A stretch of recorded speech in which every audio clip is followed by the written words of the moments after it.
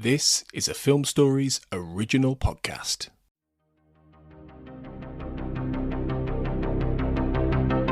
This is Writers on Film, the only podcast dedicated to books on cinema.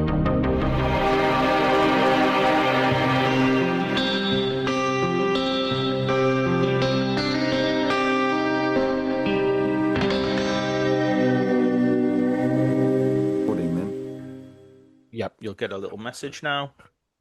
There you go. I'll okay that.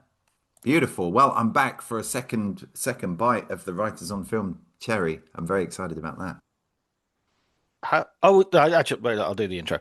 Hi, everybody, and welcome to Writers on Film. My name is John Bleasdale. I'm a writer and film critic, and today I'm delighted to be joined by David Hughes for the second time, David, or the third time? Yeah. I think it's the second time, and I can't even remember didn't we talk about Heat 2 or something last time? Or maybe that was a bit off topic, but oh no, that might have been that. This might then be the third time because I think we talked about your books the first time. Right. The greatest movies never made, the greatest science fiction movies never made. Of course, your David Lynch book and your Stanley Kubrick book, which I've got downstairs, and the other ones I've got on my iPad. And do I really have them? If they're on my iPad, Right. Whereas the one downstairs is I can see the spine when I walk past, and I can smile dreamily as I read the words Stanley Kubrick, David Hughes. Well, and I've been savoring your Darkness. What is it? Darkness Visible, the Jonathan Glazer book, and doing a bit of. It's been so crazy. I mean, that book has led me down so many weird paths as well with the sort of further reading stuff. And I mean, I know I keep like posting about it, saying like, oh my God, like great film analysis is my favorite thing I think in the world. It's ridiculous, and some of the connections that you make. But I mean, I've been led to Joan Didion. I've been led to Max Mon Amour, the film in which Charlotte Rampling falls in love with a chimpanzee, and, which is a like perfectly great movie. But I put that up against. I think I watched that the day after I watched Birth. Or rewatched Birth for the first time in many years, well, since it came out really, and just like fell in love with it all over again. And it's amazing. And Sexy Beast led me to Gangster Number One, led me to write to the screenwriters of Sexy Beast to ask if they would come on the Rogue Commentary, audio commentary podcast. I haven't heard back from them yet because, but my God, what a conversation that would be. That would be superb. I mean, there's not a day that goes by that I don't think about Sexy Beast. It's just one of those incredible movies that I just can't escape, It's fantastic. What a small and perfect body of work Jonathan Glazer has. It's really something. It absolutely is. It's a quartet of amazing films, and even when you go into his music videos, it's not like he's done as many of his contemporaries. So even though it's like, oh, he's done a lot of music videos, he's done like a couple of dozen rather than 50 or 60, which someone like Mark Romnek has done, for instance. The advertising he's done a little bit more, but again, it's not like it's not like, say, Ridley Scott did 200 adverts before he made a film, and so he was absolutely, he certainly did a fair few, but yeah, it really there's a bit of news about Sexy Beast actually. They are doing a 4K Blu-ray DVD on that. And the commentary track is going to be very exciting. I'm not sure if I can say anything, so I'll leave it at that. Right. Okay. Wow. That's amazing. So, well, I mean, that is one of the we were talking about film formats before we came on the air and sort of discussing like things like Vista or whatever. To be honest, Sexy Beast is one of those films that I think would look. I'm not a 4K guy particularly, but it is one of those films that I think would look amazing in 4K because there's just something about the blistering sunshine of it and the darkness of the dark parts and the brightness of that, whatever. I mean, I'm just remembering that thing you said about the four elements being present, with the boulder representing like earth, the water in the swimming pool representing water, and the little fan, the fire of the sunshine, and the handheld fan being wind. And I just thought, oh my God, John, where are you? Why are you so far away? I can't literally hug you after reading this amazing this amazing paragraph of analysis.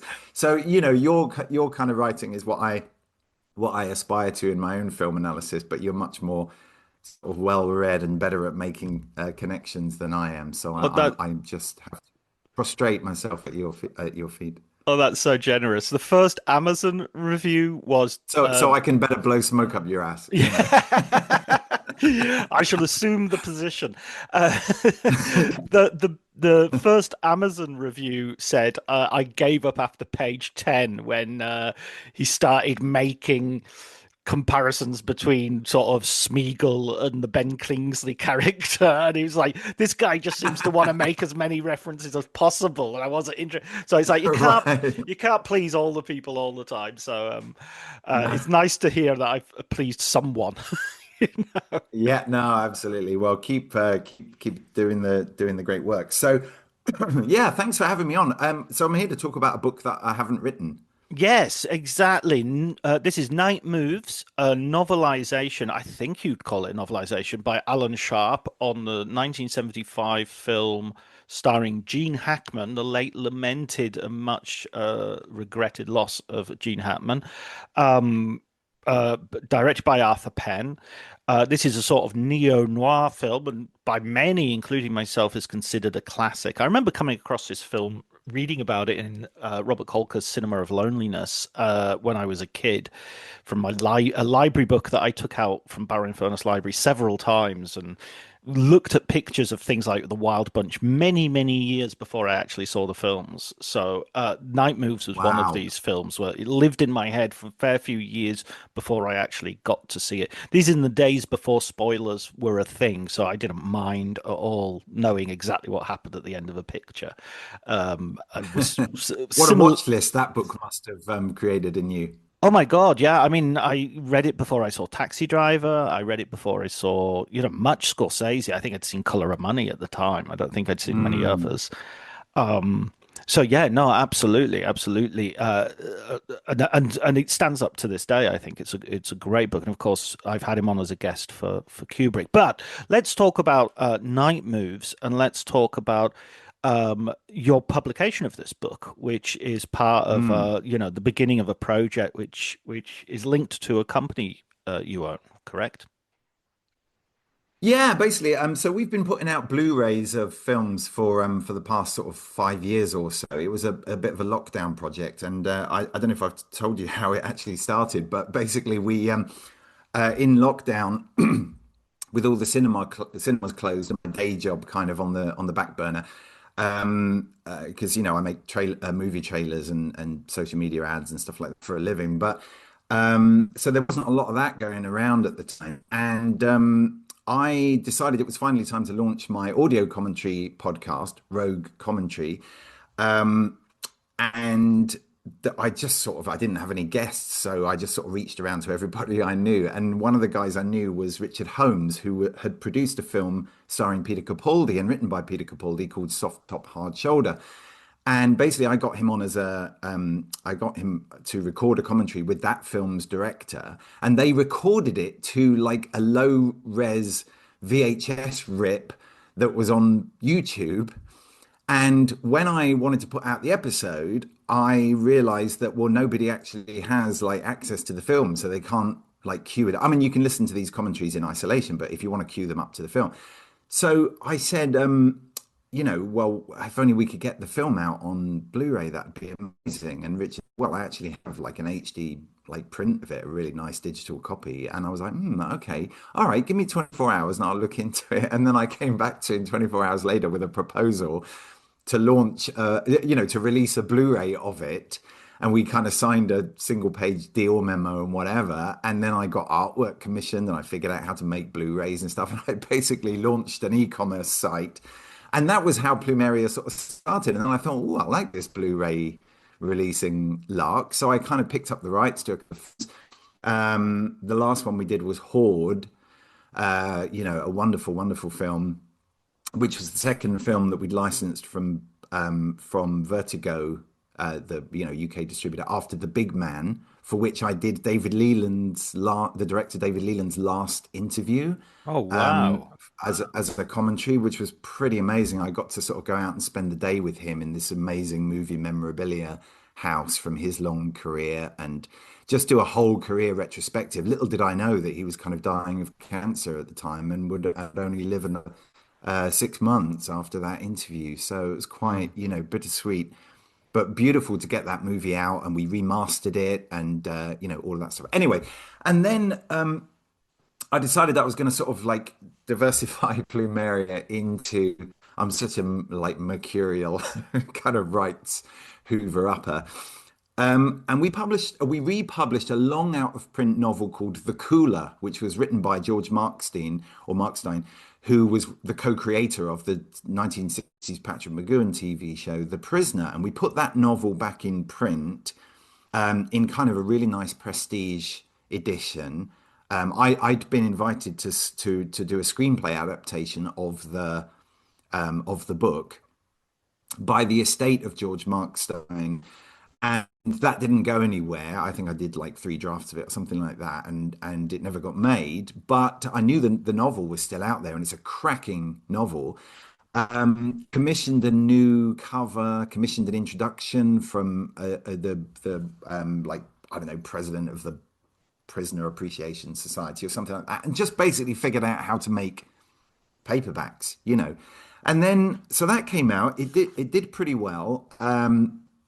We kind of broke even on that one, I think. And then I suppose I was looking at, I'll be honest with you, what I really wanted to do is I wanted to do a full run of either novelizations or novels that have been adapted into movies but have been sort of long forgotten. That the source novel has been long forgotten because the books were out of print.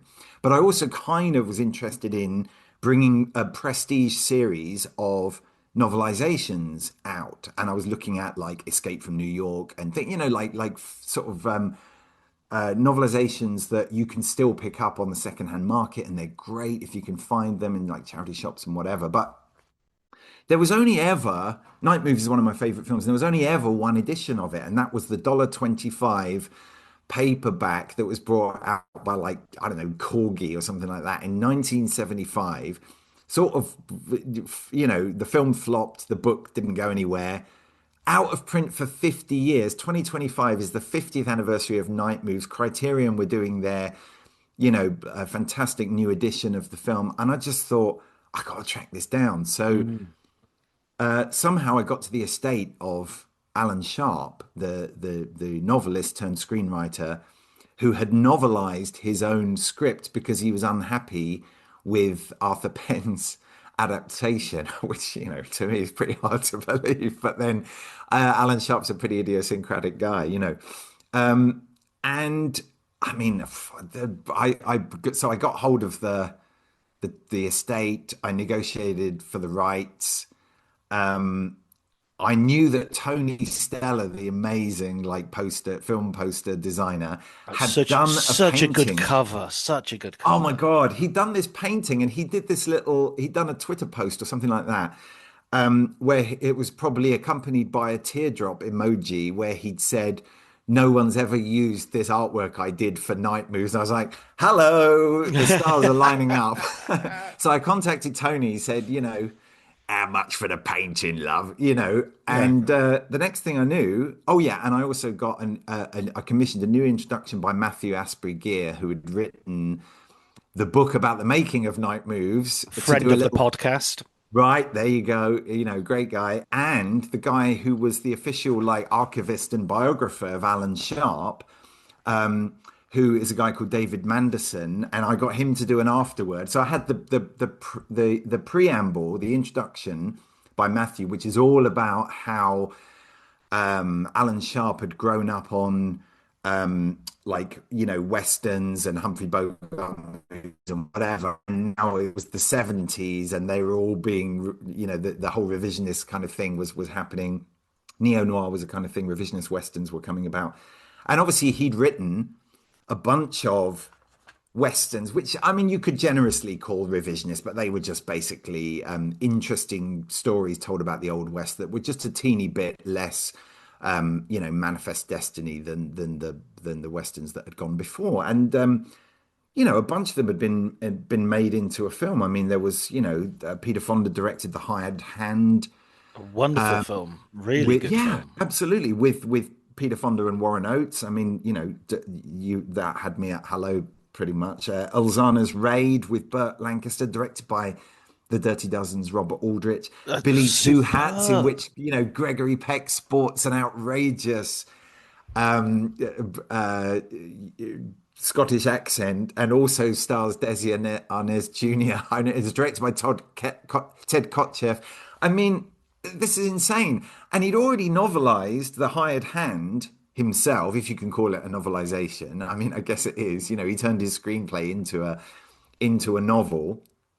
And my personal favorite is The Last Run, which stars George C. Scott and was going to be not a Western, was going to be directed by John Huston, but he had a big fight with George C. Scott. And so he was replaced by Richard Fleischer, who's almost impossible to say his name without using the word journeyman.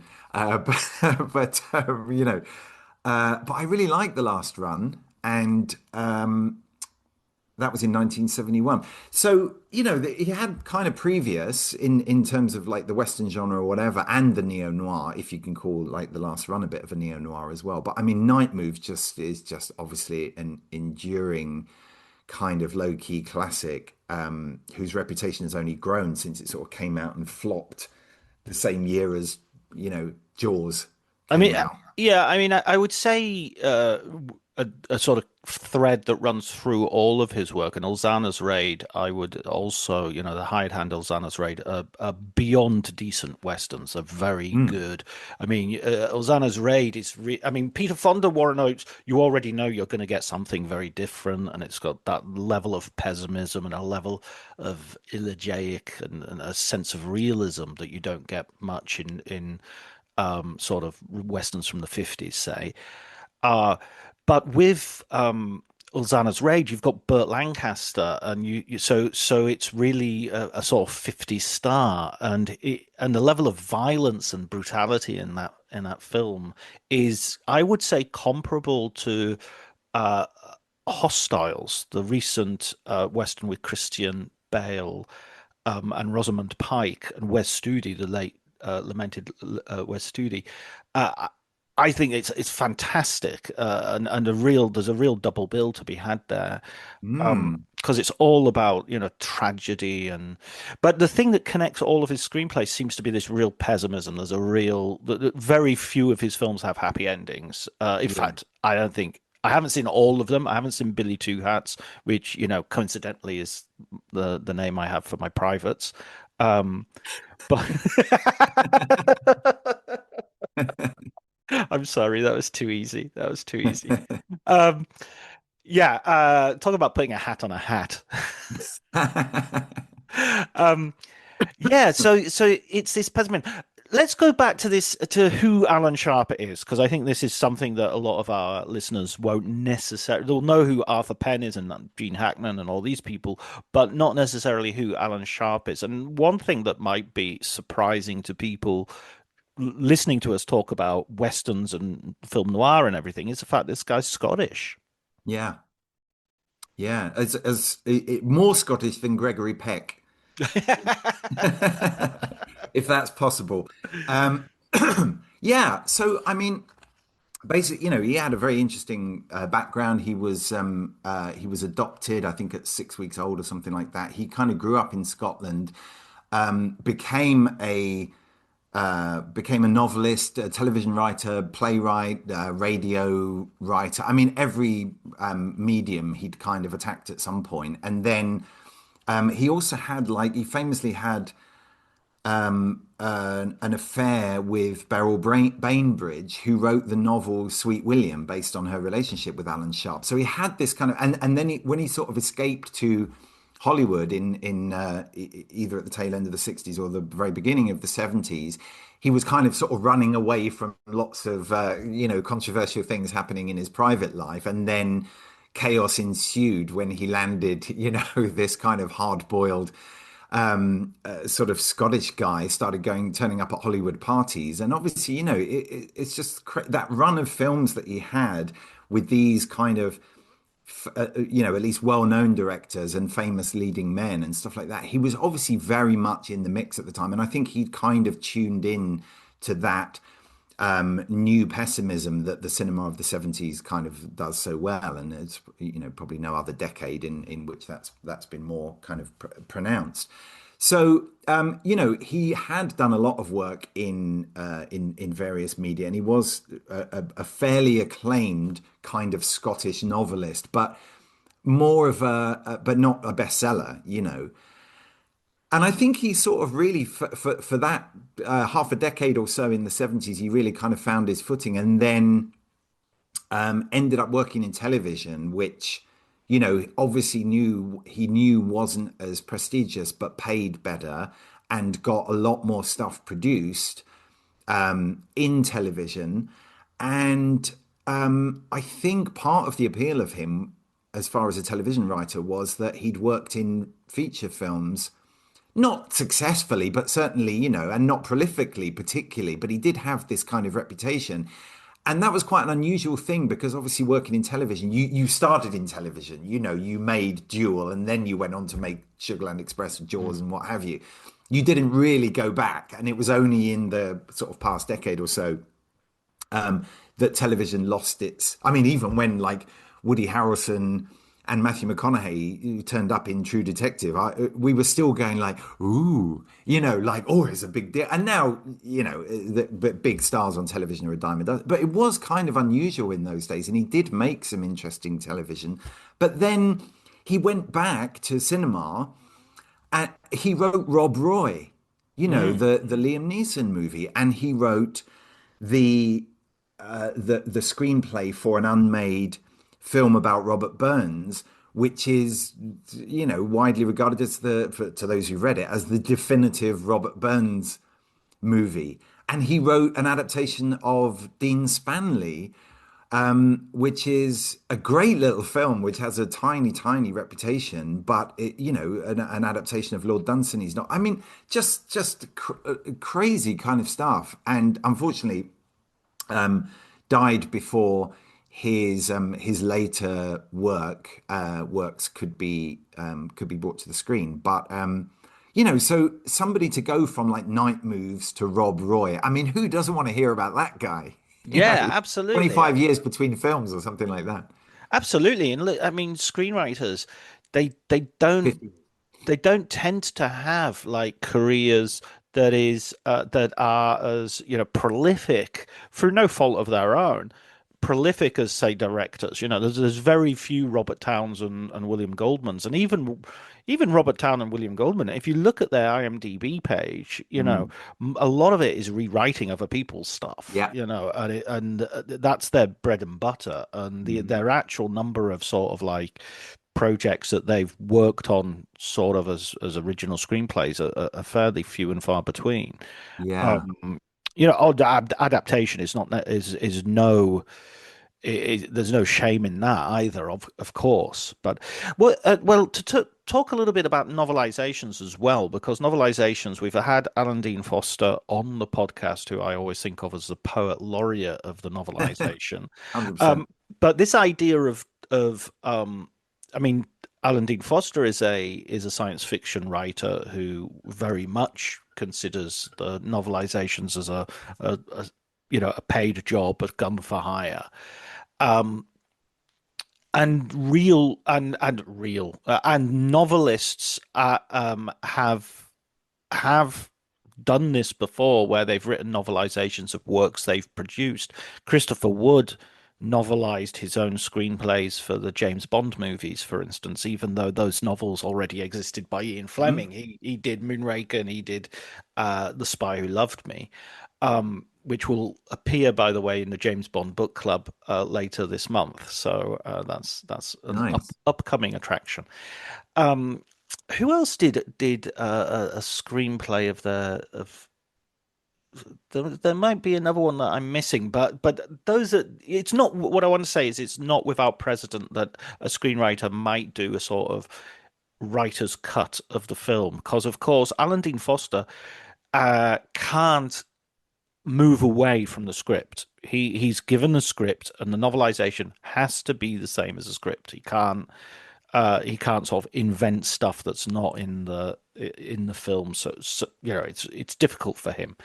But of course, if you've written the screenplay, then it's your intellectual property, and you can do with it what you will, even Mm. post the film. Yeah. I mean, obviously, like 2001 is a pretty Oh, weird that's a good example. and Yeah, and unique absolutely. example of like the novel being written while the screenplay is being written, and then they sort of come out at different times, but and they're quite different, but obviously very interesting, probably the most interesting side by side comparison. I mean, I've got to admit, I know like I'm the guy who brought Night Moves back into print, but when you say like, okay, it didn't quite work out the way that Alan Sharp saw it, so he novelized his own screenplay. I mean, what did you think in terms of whether it was like so, you can see why he disliked the film so much and wanted to bring his own screenplay out. I mean, without any spoilers, I find it quite hard to imagine the screenplay without picturing. Sorry, not the screenplay, the novelization. I couldn't read it without thinking of Gene Hackman. So, unfortunately, I think if one of Alan Sharp's problems was that Gene Hackman made Harry Mosby's too sympathetic, then I couldn't escape that because I couldn't set aside Gene Hackman and think who would be a less likable lead for it. So it doesn't really matter what Alan Sharp's intentions were. The film has ruined the novelization in some ways. But I also really loved the fact that he was writing in a kind of hard boiled style, because you know that Night Moves wasn't the first screenplay that had a man with a failing private investigator with a company called Confidential, with a pebble glassed window, who was charging a fee plus expenses, a daily rate of a fee Two plus hundred expenses. dollars a day plus Yeah, expenses. exactly. Who's looking for who's hired by a femme fatale, hired by a woman to find a young girl, who's kind of lost her way or whatever. So obviously he's playing with those conventions in a fantastic way, and yet there's sort of, I don't know, there's something about, yes, the character of Harry is deeply flawed, but Gene Hackman softens him. I know, like, look at his costumes. He's wearing like nice sweaters, and he's wearing lovely nubuck kind of, Mm. these polo necks and stuff like that. It's impossible not to love him and his style and everything like that. And he's failing really because he doesn't understand people, and that's the great thing about it. He gets played by everybody in Mm. the in the story. Just because he's a babe in the woods, I he's think not I think one of the cynical. biggest He's just a flawed man. Yeah, I think one of the biggest differences for me would be that you get a lot more of what's going on you get a lot more backstory, and Hmm. you get a lot more of what's going on inside Mosley's head, which is this idea of, well, first of all, the relationship, which is very much in the film, is very much something that's happened, but films are have this thing that when that happened in scene 11 and we're on scene 14, so you're not really thinking about it so much, whereas in the book, that's scene 13, he's still thinking about his relationship failing, even though he's investigating something else and he's somewhere else and he's doing Hmm. something else. So it runs through the book as much more of a motivation for what he's doing, or a counter motivation. He really should go home and sort his life out. What's he doing this? And that's kind of one of the decisions he makes at a certain point, and then tragically ends up being pulled, just when I thought I was out, I get Yeah, pulled back in sort of moment. yeah, And the other thing that is the backstory. So that's the sort of, not so much the backstory as the present story, the thing that yeah, the emotional weather that his character is undergoing. And then the other thing is this idea that he is a sort of former football star who is still, and I don't know much about American football, but that also means physically, I feel that he would be a bit bigger than Gene Hackman is in the movie, and more.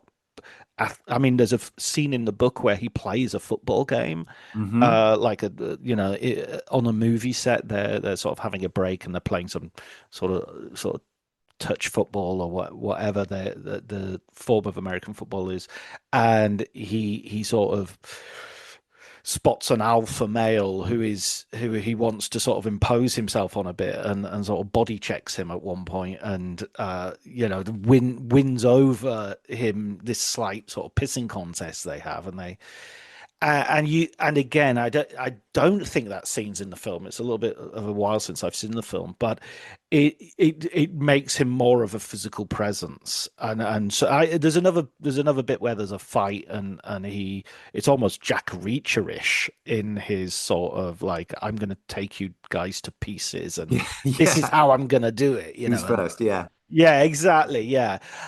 So I think those are aspects which are, it make what you're just saying absolutely chimes with me. It makes him into a hard man, with a capital H, and there's more misogyny in the book than in the film. But I'm not suggesting necessarily that the book is misogynistic, but there are more misogynistic attitudes expressed. I'm not sure whether Mm. that is showing the atmosphere. I think that's more Alan Sharp showing the attitudes around Yes, him exactly. Yeah. than I don't think they're endorsed in any way by the novel. Yeah. So there is a harsher aspect to the book than in the film. I think that cinema. I think it goes back as well to what you were saying about revisionism, that cinema can't help. I mean, like a revisionist Western can't help re-endorsing the Western, because ultimately the Western aligns with cinema much more than it aligns with historical fact. So Unforgiven can spend all the time it wants revising ideas of violence, but at the very end it will give you a gunfight which will Mm. which will you walk out of the cinema thinking, good old Clint. Yeah. He nailed them, you know. Um Gene Hackman again. yeah, well, precisely, exactly. Yeah. So you'll watch the film, and you'll think, oh, this is an interesting take on it. This is an interesting angle on that detective story. But it's, you could easily imagine Elliot Gould in this film. And Mm. of course, he stars in a similar sort of revisionist neo-noir in The Long Goodbye by Robert Yeah. Altman. Yeah. And again, that's the difference between Bogart and Gould, is that Gould is a much softer, laid back character. He's just not, he's not as stony faced or hard hearted as Bogart at least presents, until he meets Lauren Bacall and goes all mushy. Yeah.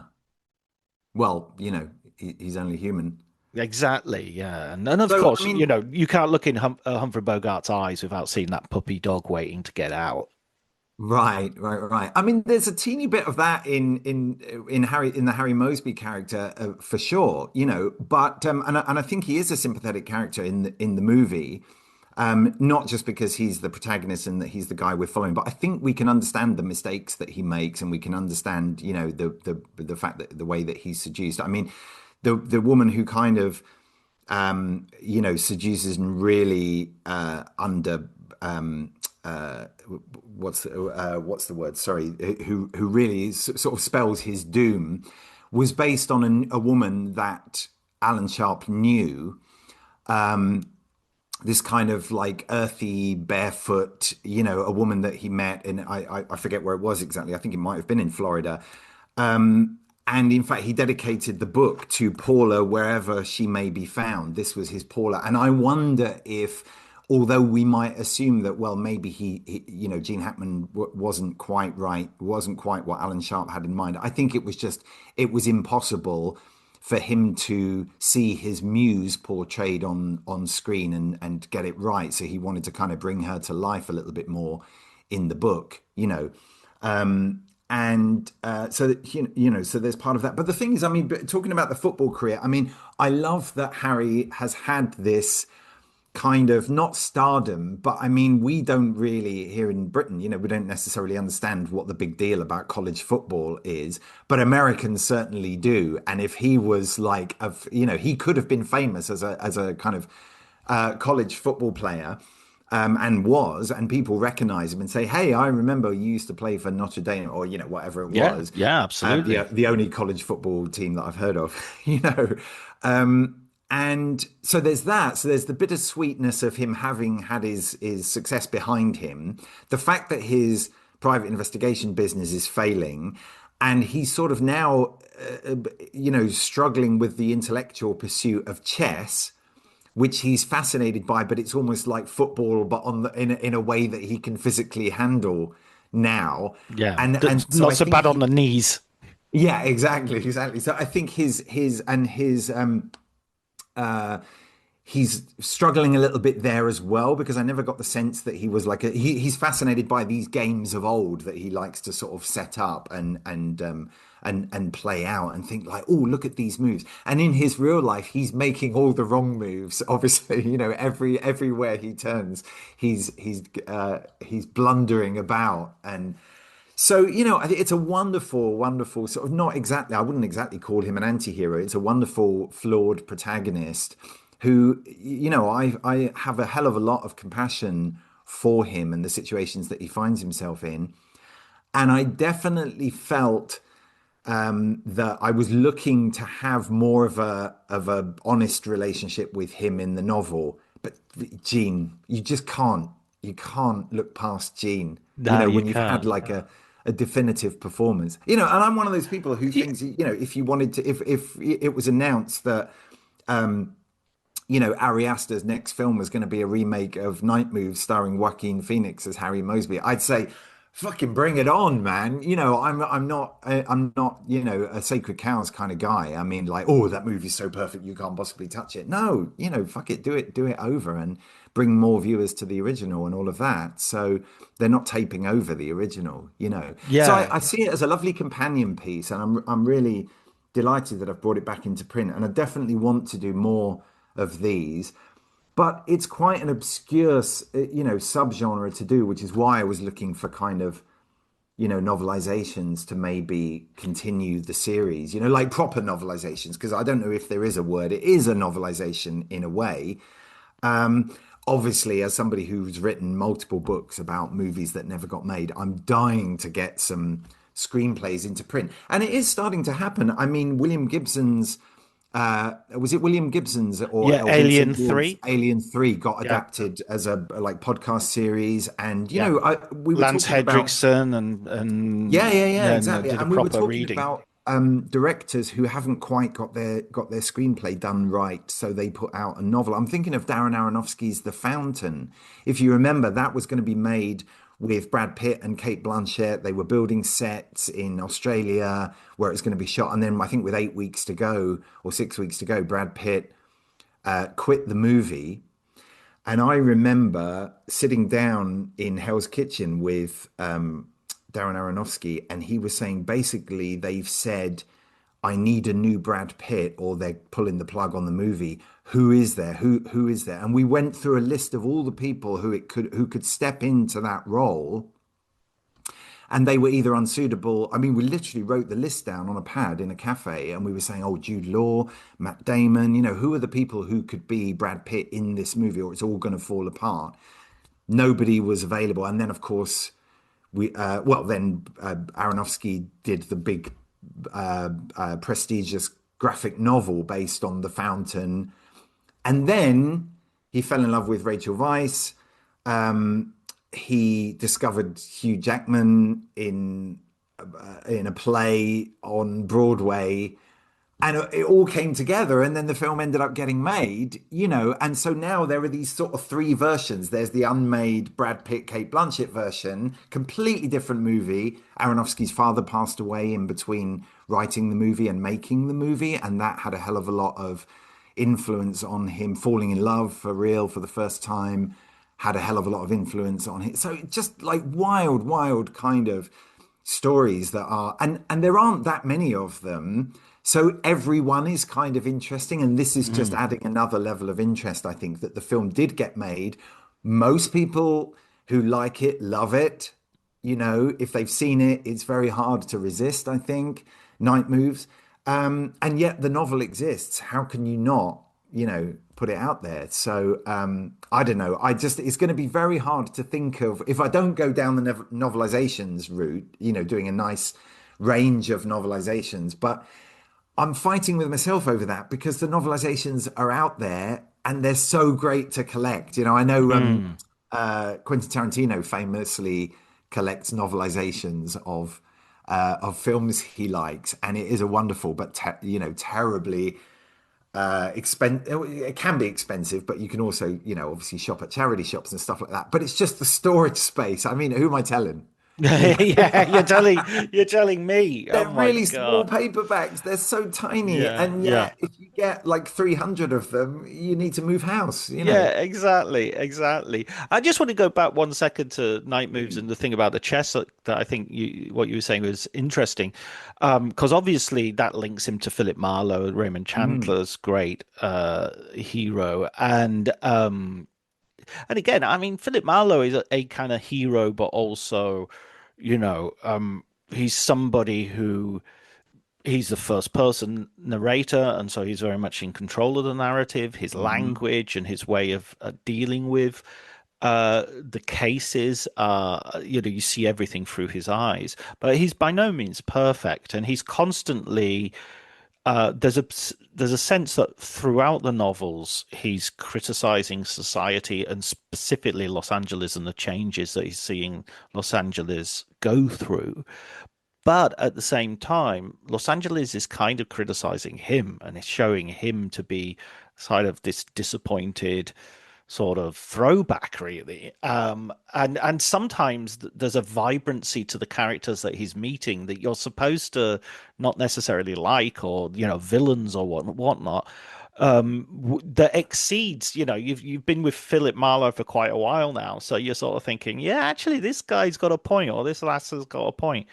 The other thing, so there's that. There's also Dashiell Hammett with the Continental Op and Maltese Falcon and Sam Spade. Probably Sam Spade, along with Philip Marlowe, are the two most famous of the hard-boiled detectives. Although Sam Spade only appeared in one book, the Maltese Falcon. All over Dashiell Hammett books has a nameless protagonist called the Continental Op, who was to some degree also a kind of precursor to the man with no name. It's that idea of the nameless hero. Um, so there, and the idea of the chess moves that you have in Night Moves, obviously, moves in the title is interesting. Is that there has been. This is a guy who's in the later part of his life. He's in middle age, and his achievements are all in his youth, and he is looking at a chess problem from the past in which a mistake 2 moves ago means that you'll lose the game 6 or 7 moves ahead. And it's essentially, I mean, he says this to one of the people he's taught because he keeps bringing back this chess thing, and he says, kind of, this guy doesn't know he's already lost, Hmm. and he had a chance of winning. Yeah. And it's like, well, you're talking about yourself, aren't you? Yeah, that's what That. you call a synecdoche, isn't it? It's Yeah. like it's like everything about this guy. Yeah. Everybody plays him. Everybody outplays him in real life. His marriage has failed. Almost his first job as a private investigator is to follow his wife, to see that she's like, seeing this other guy. They go to a movie together, and it's just like he's failed from the get-go. He's already, as you say, his success is in the past. He kind of doesn't know with this case that he's already lost as well, because just being the patsy who's kind of hired to investigate this whole sorry business.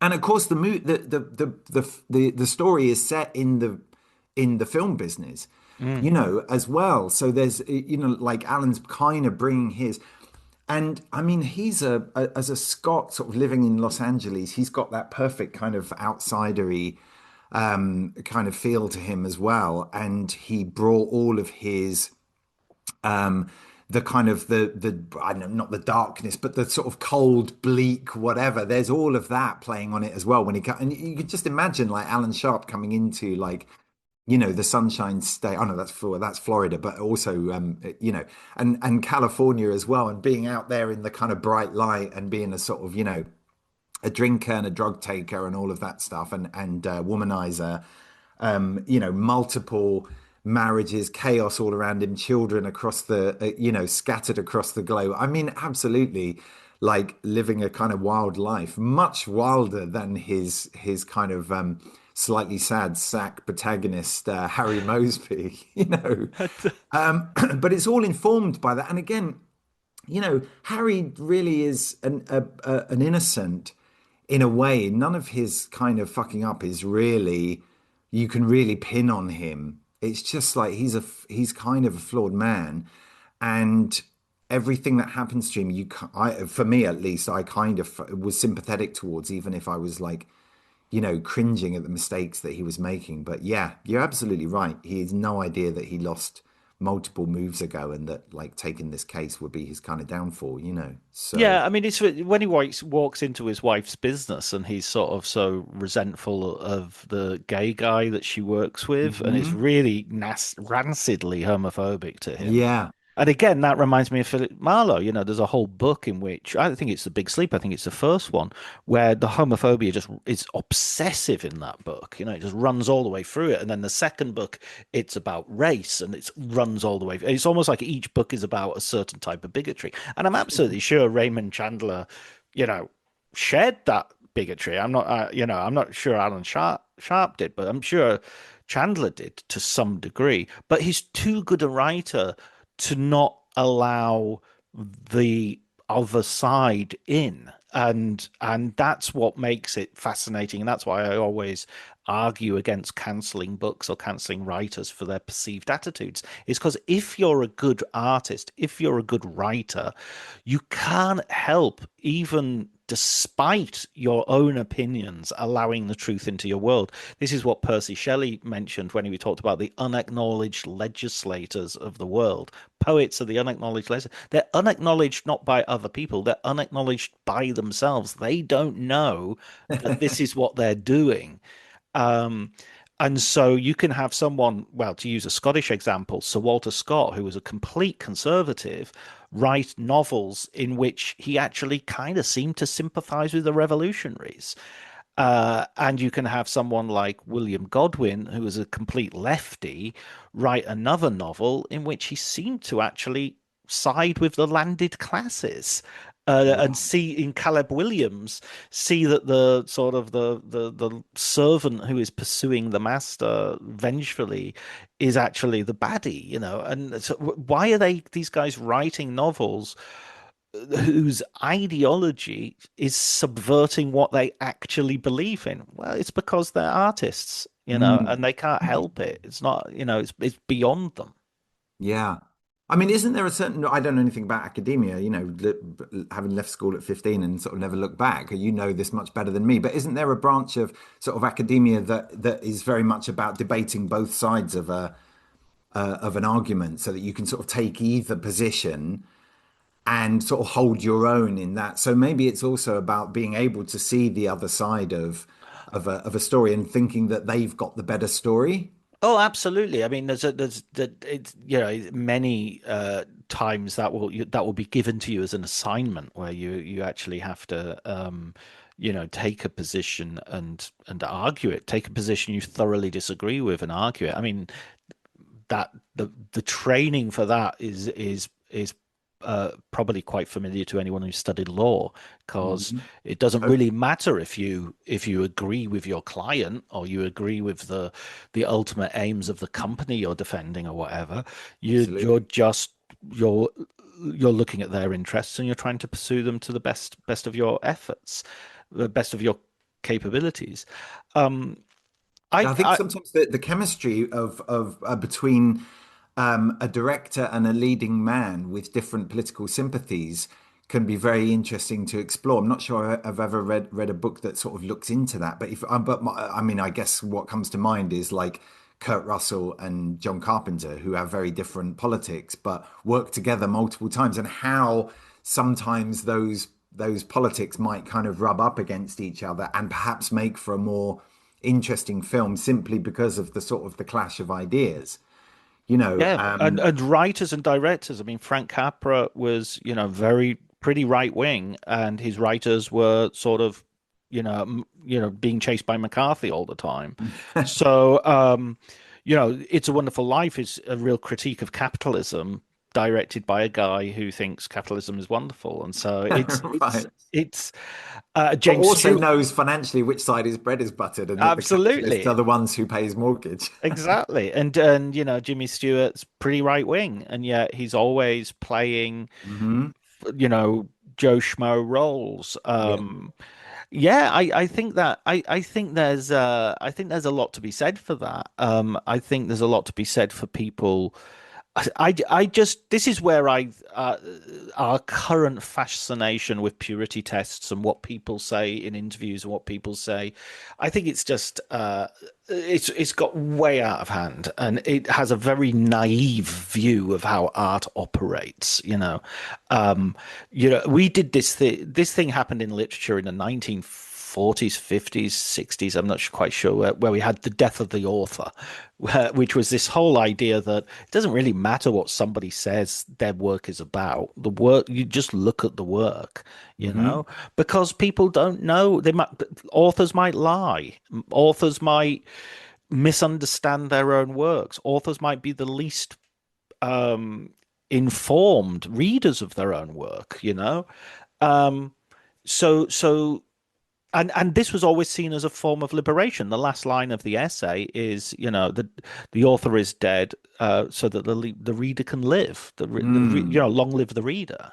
When I was young, I used to take such a dim view of that attitude, and I remember somebody doing an analysis. It seems so naive now, but I was very young. But and I was just kind of forming my critical thinking brain. But I remember reading like, "What do they know? They only wrote it." And I know what it was about specifically. It was about the Western episode of The Prisoner, called "Do Not Forsake Me, Oh My Darling," which was basically they had to make some filler episodes to fulfill the American order for the British TV series, and they had like a Western set and some costumes or whatever. So they asked the writer who wrote the teleplay, "Oh, can you just like knock up a Western, but in the world of The Prisoner?" And they were like, "Sure." And then there was this amazing analysis of how this kind of fed into like Western mythology and how that played into like Patrick McGowan's kind of lone whatever with the system oppressed, whatever it was, and I just like threw the leaflet or whatever it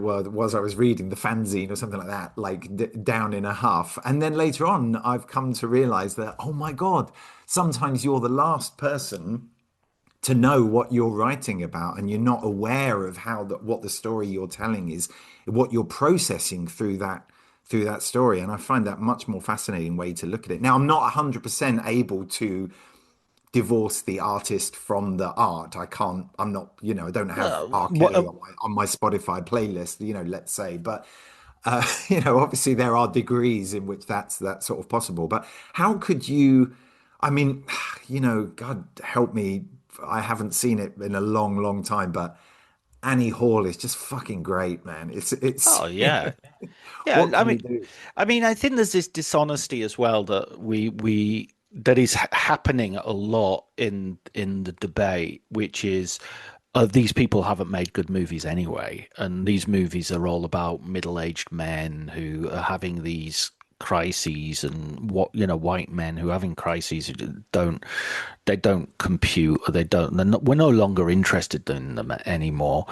And I think that's a little bit dishonest, because I think, fair enough, it might not be your cup of tea, but if you're doing that kind of stuff and we flip it, and that we've if I were to say as a critic, well, I don't really like women talking because the movie is an all-female cast and the title is telling me exactly what I'm going to see, and I'm just going to avoid it because of that. rightly, people would have a real problem with that attitude and say that's narrow-minded and ignorant and stupid and sexist and misogynistic, and all of that would be true. Um, I don't want to draw false equivalency, but if you're just sort of cutting out huge sections of lived experience, it's absolutely true that there has been the visibility of men and the visibility of men's concerns has been overemphasized in the past by cinema and by novels and what have you. And the white experience as well, obviously. I mean, Absolutely, in our culture, in this culture, which has promoted a sort of a certain homogeneity which has excluded lots and lots of people. And I absolutely agree with that critique. That's absolutely true, and it's also specifically true of a certain geographical area. It's not true of China. It's not true of India. So let's not be too, that universalist criticism as well is a little bit, they have their own problems. They have their own biases. They have their own, situations which need to be addressed. But I feel that, I feel that the critique that you can make is interesting, but not watching it or not addressing it or before presuming it's like this and I'm not seeing it. I just think that's the age-old mistake of prejudice. I don't think there's anything new in that, and I don't think there's anything revolutionary in that. And it seems to be a very easy refusal to disengage with something that you don't agree with for reasons that's not to do with the art itself. yeah, no, absolutely. I mean, we probably all have a line that we draw somewhere, but I mean, on a long enough timeline, everyone's going to get cancelled because no one is going to pass the ultimate purity Well, test. the purity test is going to change. I mean, do you think we've stopped? Do No, you it's think changed this is fast. it? Yeah, Do you think the society we live in is perfect?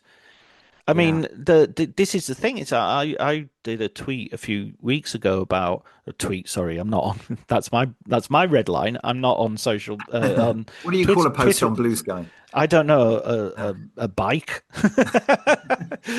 um, I put a post up and it was about a critic refusing to watch black and white movies, and somebody said, "Oh, quite a few people actually responded. Oh, my girlfriend won't watch anything before the '90s because of the misogyny they see, or the racism they see, or the homophobia they see, or whatever." First of all, that's a huge insult to a huge amount of cinema which is made by black people and by I mean, Jesus Christ, you're losing a few Spike Lee films already, if not loads of blaxploitation movies, loads of there were silent movies made by black film directors, for crying out loud. You go back to the 1915s, the 19 teens. And ditto women, Mabel Normand was making silent movies at the same time as Charlie Chaplin. You're going to just dismiss all of that with the pre-code movies with, Ida Lupino, Yeah. Elaine May, and not to mention loads of great movies which were not misogynistic. And how did we get to understanding what misogyny is, if not through people talking about it and commenting on it in the past? So Yeah. your feminism and our feminism and our anti-racism is built on the struggle of people from the past having these conversations.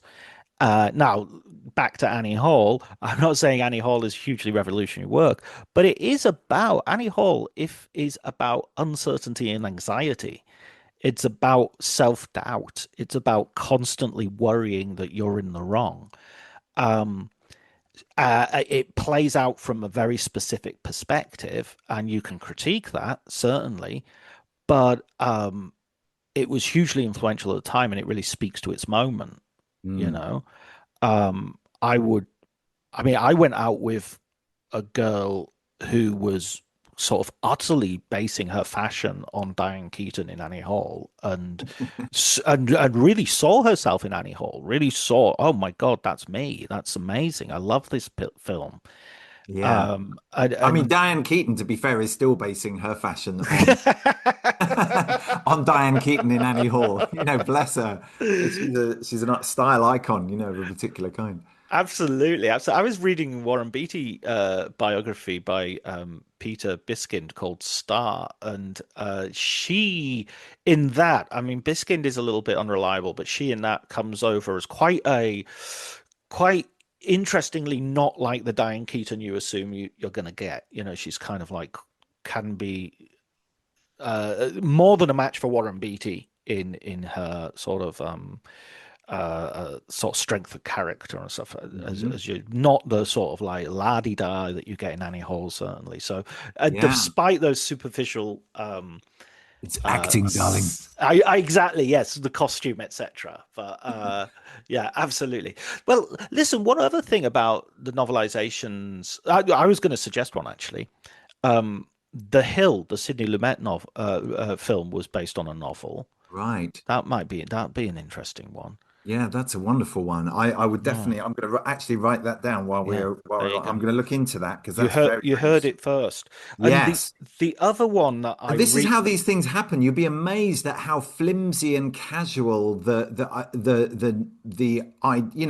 ideas come out. I think I put out a tweet that you can literally still find, and probably put it on my Plumeria Pictures Twitter feed as or X feed as how it started, how it's going, and the how it started was somebody should really dig up the old novel that Night Moon, you know, and then I kind of did it, and then how it's going was me like, you know. But another one I've been trying to get the rights to is good Lord, what's it? Not the Gentleman's Agreement. What's the other one about the League of Gentlemen, not to be confused with the popular TV comedy show. Parts of which have probably been cancelled due to like blackface concerns or what, because it's all crazy. But so the League of Gentlemen, the film was based on a novel by John Boland, who was quite a successful novelist. And I've got absolutely nowhere. I've got multiple emails I just found this morning because I dredged it up from publishers saying no, we had the rights to this till 1974, and then they reverted to the author's estate. I put a notice, like a little story in the local papers around Uckfield in Sussex, where the author's family lived. Nobody came forward to say, "Oh, I'm a relative of John Boland's, and I might have the rights to his book." So I've got a copy of the book. I can scan the text, but I can't publish it until I get the rights. And what's next? Hiring a Harry Moseby to go and track down the last surviving relative of John Boland so that I No, can but publish that novel. I that would probably will. That's the that crazy thing. I probably will. It's that like a would end shot. badly. That would end badly Well, if it could. Yes, someone better exactly. than Harry The Moseby. next thing I know, a plane is flying at me with crashing into my boat and trying I've to kill got me. I've got another suggestion Oops, for spoilers. you. I've just got the spoilers. I think we can be safely assume that people listening to an Well, hour-long conversation about the novelization of Night Moves might be aware of the film Night Moves. right. What about this one? Oh, well, fantastic. The Yes, the Medusa Medusa touch. touch, yeah. Yeah, Peter totally, Peter totally. Van Greenaway, and it's not a novelization. It's a novel. You know, it was based on the novel, and it's I've read the novel, and it's really good. Right. It's a really Oof. great read. That's really nice. Is it out of print? Because that's the first question. That's the question, I Yeah, guess. I'm pretty sure it will be. I'm pretty sure it Where will would be. you find that out? I guess Amazon or something like that. If it only Yeah, comes basically, up if you as can a see a recent edition of it on like what Amazon or one of its sock puppets, Abe Books or is that an Amazon sock puppet now? Goodreads. Yeah, Oh. they're all Amazon owned. Unfortunately, they've sort of hoovered up most of the things. So bookshop.org. I mean, we don't sell our books on Amazon, so they're literally only available on plumeriapics.co.uk. Or sorry, I have to plug it a bit.